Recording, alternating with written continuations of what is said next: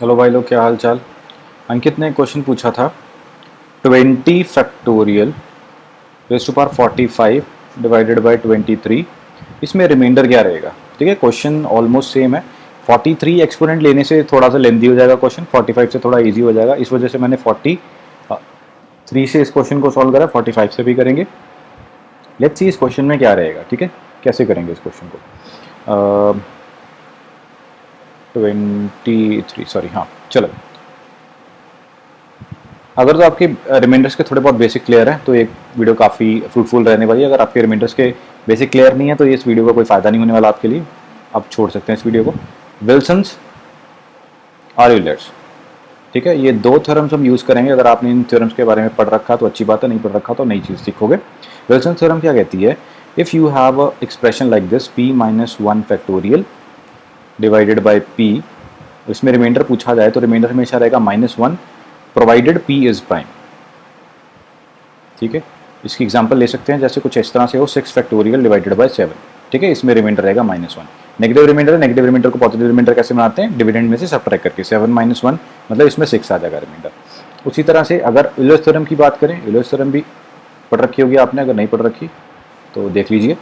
a by p का exponent है p minus 1। इस फॉर्म में अगर आपके पास एक्सप्रेशन है and given that p is prime, पहली कंडीशन।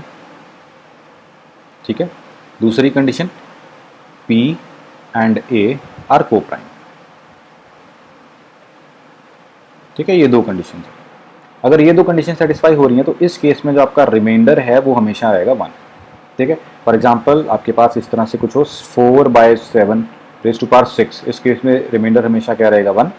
ठीक है, रिमाइंडर हमेशा 1 रहेगा। अब ये 6 की जगह 6 का कोई मल्टीपल 12, 18 कुछ भी हो, मतलब p-1 या p-1 का मल्टीपल एक्सपोनेंट में दिखे, p प्राइम हो और आपस में a एंड p आपस में को प्राइम हो, तो आपका रिमाइंडर हमेशा रहेगा 1। तो इन दो चीज़ों को हमें यूज़ करना है इन क्वेश्चन को सॉल्व करने में। चलो, इस क्वेश्चन में अगर मैं देखूं, अगर विल्सन्स के अकॉर्डिंग चला जाए तो 22 फैक्टोरियल डिवाइडेड बाय 23 में मेरे को पता है कि रिमाइंडर क्या रहेगा -1।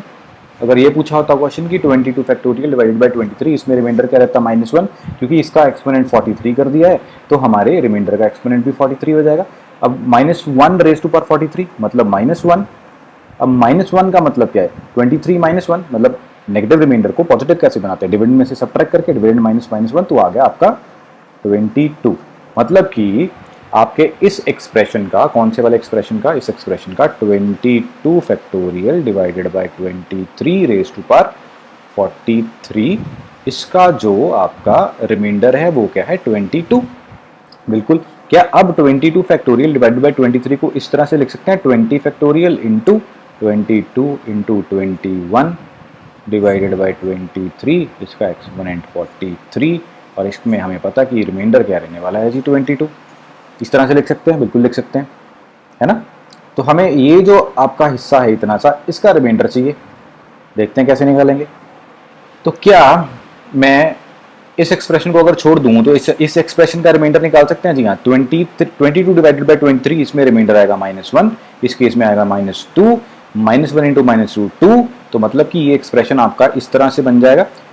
अगर मैं देखूं, बात करूं इसकी, तो 20 फैक्टोरियल रेज टू पावर 43, मैंने अलग से 43 अलग से इसके साथ लिख लिया, इंटू ये जो है ओवरऑल ये वाली जो वैल्यू है ये 2 रिमाइंडर देगी, तो इसके लिए मैंने 2 लिख दिया, 2 raise to power 43 divided by 23, और इसका जो रिमाइंडर रहेगा एक्सप्रेशन का दैट इज 22, सॉरी यहाँ पे 22 आएगा। ठीक है, यहाँ तक समझ में आया होगा, तो आगे बढ़ते हैं। चलो, अब हमें हमारा काम है 2 raise to power 43 divided by 23, इसमें रिमाइंडर देखना। इसमें रिमाइंडर कैसे देखेंगे, इसमें रिमाइंडर देखेंगे बड़े यूलर्स थ्योरम को यूज करके। अगर ये 2 रेज टू पावर 43 ना होकर 2 रेज टू पावर 44 होता, ठीक है, ये एक्सप्रेशन होता, डेफिनेटली रिमाइंडर 1 लिख देते, आराम से लिख देते ना, वही यूलर्स थ्योरम बन जाती है। प्राइम नंबर है, 2 एंड 23 आर को प्राइम, प्राइम -1 इज 22, 22 का मल्टीपल 44, तो ये सारी कंडीशंस यूलर्स की फॉलो कर रहा है। वैसे फॉर्मस लिटिल थ्योरम बोलेंगे इसको, पर चलो यूलर्स थ्योरम की जो एप्लीकेशन है काफी वास्ट है, यूलर्स ही बोल देते हैं यहाँ पे। तो रिमाइंडर रहेगा 1। ये चीज समझ में आई, ठीक है। सॉरी, ये क्या हो गया, क्या हो गया ये, ठीक है। तो मतलब कि अगर ये 2 रेज टू पावर 44 होता तो रिमाइंडर रहता 1। ठीक, चलो आगे बढ़ते हैं। ओ, आगे बढ़ते हैं, पर क्योंकि ये 2⁴ नहीं है तो इसको इस तरह से लिख सकते हैं 2⁴43 इंटू 2 डिवाइडेड बाय 23, इसमें रिमाइंडर रहेगा आपका 1, है ना, बिल्कुल। तो 2⁴43 में मान लो रिमाइंडर है r, एंड 2 डिवाइडेड बाय 23 में इसमें तो रिमाइंडर रहेगा 2। अगर मैं मतलब इस एक्सप्रेशन को डिवाइड करूं 23 से तो रिमाइंडर 1 रहना चाहिए।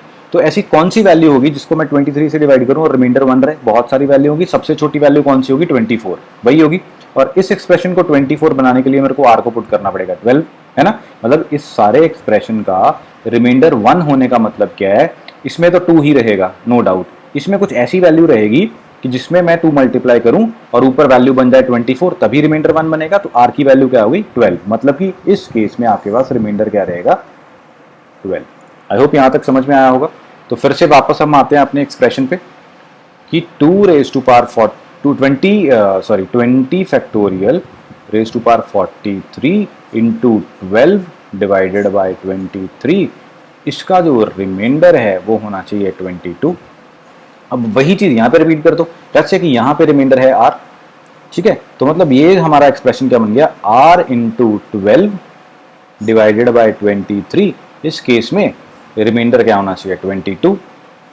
मतलब कि ये जो ऊपर वाला नंबर है जी भाई, यहां पे हमें r पता करना है कि क्या होगा। अब r की वैल्यू कुछ इस तरह से लेनी है कि उसको ये जो एक्सप्रेशन आएगा इसको जब मैं 23 से डिवाइड करूं रिमाइंडर आना चाहिए 22। मतलब कि अगर मैं इन जनरल कहूं r इंटू 12 जो एक्सप्रेशन है वो 23 का मल्टीपल प्लस 22 वाली फॉर्म में होना चाहिए, है ना। तभी मैं इसको जब 23 से डिवाइड करूंगा तो 22 रिमाइंडर आएगा। ये चीज समझ में आई? समझ में आनी चाहिए, बड़ी बेसिक सी चीज है। तो एक चीज तो यहां से ये पता चलती है 23n plus 22 is a multiple of 12, है ना। 12 से मल्टीप्लाई किया तो मल्टीपल ऑफ 12। तो इसको मैं इस तरह से ब्रेक कर लूंगा 12n, इसको थोड़ा सा इजी करने के लिए 11n प्लस 22 कर सकते हैं आराम से। तो मतलब कि n की ऐसी कौन सी वैल्यू होगी जिसको मैं यहाँ पे 1 2 3 कोई भी वैल्यू हो सकती है मैं पुट करूं और ये 12 का मल्टीपल बन जाए। तो 12n को देखने की जरूरत नहीं है, ये तो 12 का मल्टीपल है ही है, ठीक है। तो मैं 11n प्लस 22 को 12 का मल्टीपल बनाना चाहता हूं। n को अगर मैं 0 पुट करूं तो क्या बन जाएगा? 22। 22 is not a multiple of 12। तो इस तरह से मैं चेक कर सकता हूं। उससे पहले मैं क्या करूंगा? 11 कॉमन निकाल लूंगा, n प्लस 2, ठीक है। तो यहां से हमें देख के पता चल रहा है कि n को डेफिनेटली मैं 10 जब पुट करूंगा तभी ये 12 का मल्टीपल बनेगा ना। n को जब मैं 10 पुट कर दूंगा ये 10 प्लस 2 बन जाएगा, ठीक है ना। 12 12 इंटू 11, ठीक है। तो मतलब n की वैल्यू मेरे पास आ गई 10। बस n की वैल्यू आते ही क्वेश्चन काफी इजी हो गया। r इंटू 12 आपके पास क्या आ गया? r इंटू 12 का आ गया आपके पास, जब n को आप 10 पुट करोगे इस एक्सप्रेशन में तो 230 प्लस 22 252। तो r की वैल्यू आपके पास क्या आ गई? 252 बाय 12, मतलब कि 21, यही रहेगा ना 21। तो r ही तो हमें पता करना था क्योंकि रिमाइंडर यही था ना। इस एक्सप्रेशन में देखो रिमाइंडर r ही तो था, तो r ही हमारा रिमाइंडर है, r इज 21, ठीक है। ये थोड़ा सा लेंथी होगा क्वेश्चन 43 की वजह से। अब देखते हैं इन चीज़ों को, अगर मैं ये जो अंकित ने क्वेश्चन भेजा था उसके हिसाब से करूं 20 factorial raise to power 45 divided by 23, अगर ये क्वेश्चन होता। अब फटाफट से करेंगे, ठीक है। हमने जो चीज़ें सीखी उनको अप्लाई कैसे करना है फटाफट से वो देखते हैं। चलो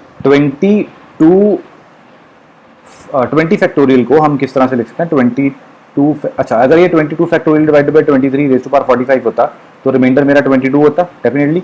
अब यहाँ से याद रखो कि इस तरह की फॉर्म में आ गया। अगर तो ये पावर ऑड है तो जो ऊपर नंबर दिख रहा है वही होगा, अगर ये इवन होती तो रिमाइंडर रहता मेरा 1। तो इसको मैंने ब्रेक कर लिया 20 फैक्टोरियल इंटू 23 इंटू 22 इंटू 21 सारी के रेज टू पावर 45, बिल्कुल। तो इसको मैं इधर कर रहा हूँ, ठीक है। अब इस केस में रिमाइंडर रहेगा आपका -1 -2, ओवरऑल आ गया 2। तो मतलब कि 20 factorial raise to power 45 into 2 raise to power 45 divided by 23, इसमें हमें रिमाइंडर देखना है। अब इस केस में देखो 2 रेज टू पावर 45 बाय 23, अब यहाँ पे क्या रिमाइंडर 2 आएगा, क्योंकि अगर ये 2 रेज टू पावर 44 बाय 23 होता तो रिमाइंडर रहता 1। इसमें 45 है तो मतलब एक एक्स्ट्रा 2, इसके लिए 1,